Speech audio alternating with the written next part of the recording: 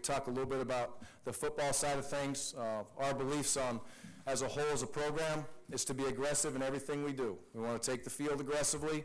We want to play better in the fourth quarter than we did in the first quarter. Okay, we want to attack the classroom aggressively.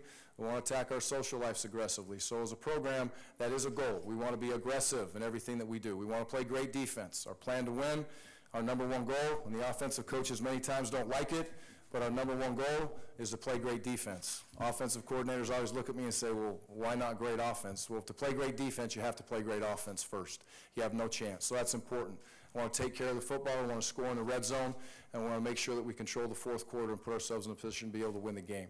So offensively, we want to open it up. We want to be in a position to be as fast as we need to be and as slow as we need to be with the tempo that we play. It won't be fast break all the time, but it has the opportunity to be fast break. It also has the opportunity to be slowed down and control the tempo as we want to. We want to be able to throw the ball as much as we need, and we want to be aggressive in the throw game with all three phases. I don't want to get too technical with you, but we want to be able to throw short and deep, and we want to stretch the field from side to side. Same thing in the run game.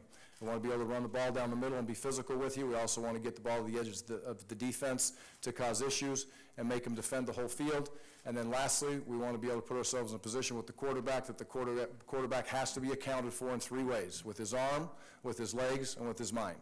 And it's important today in college football that we're able to do that. I truly believe that as a defensive guy that has to be part of the offense in today's world. And then just play quality team defense overall. Special teams, it's a big part of it. We'll put a heavy emphasis on special teams. That'll never stop. It's not just getting by on special teams. Again, it's about being aggressive and changing the game in our favor. But again, without talking too much about football, I know there's a lot of questions that want to be asked, and I'll be happy to answer all those questions as we go through. But I just want to say again, we're truly blessed as a family to be here. There's fits in life, and there's opportunities that come your way.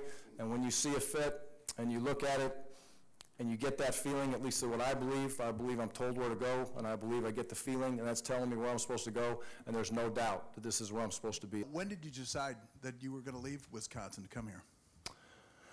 As soon as I was offered a job at Oregon State. There wasn't a whole bunch of discussions.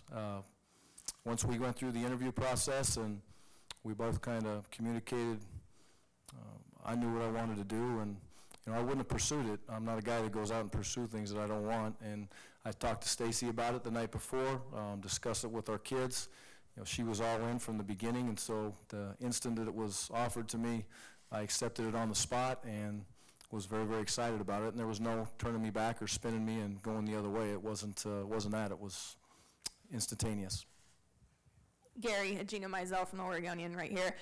To kind of piggyback off that last question, just can you and Bob both talk about just what the last week has been like? Obviously, these things move really quickly, and just the discussions that you guys had and just kind of how this all came to be so quickly. So, Gary was always on the radar screen, and we thought that, maybe there would be an opening there that we could grab him.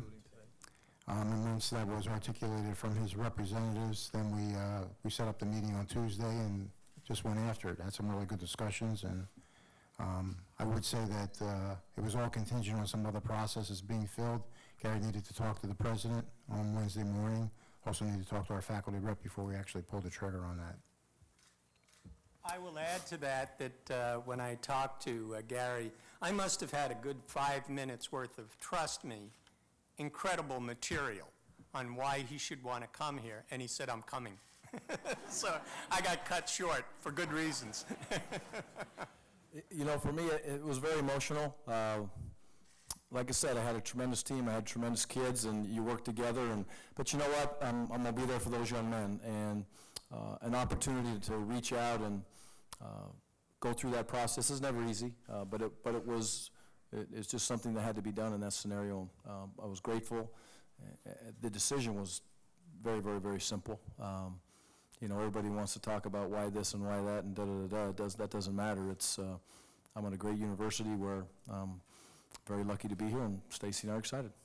And I want this football program to be a family, but you don't walk in the door and all of a sudden say, okay, guys, trust me, okay? I know you trust me. I'm going to be there for you. I can say that, but I got to earn that, and the assistant coaches got to earn that. And if we can get ourselves in a position to be a family, that means that we trust each other. That means when times are good, we're going to be there for each other. When times are bad, we're going to be there for each other. And the opportunity to have whatever comes our way, whatever adversity comes our way, we're going to be able to handle it because we can bond ourselves together and communicate. But that takes time, and I'm going to let them know. I know that takes time, but trust me on it. And I'm going to be there for them. I'm going to give them what they need. I'm going to hug them hard when it's good, and if it's wrong, we're going to get it fixed and make sure that they're heading in the right direction to be socially, academically, and athletically a great person.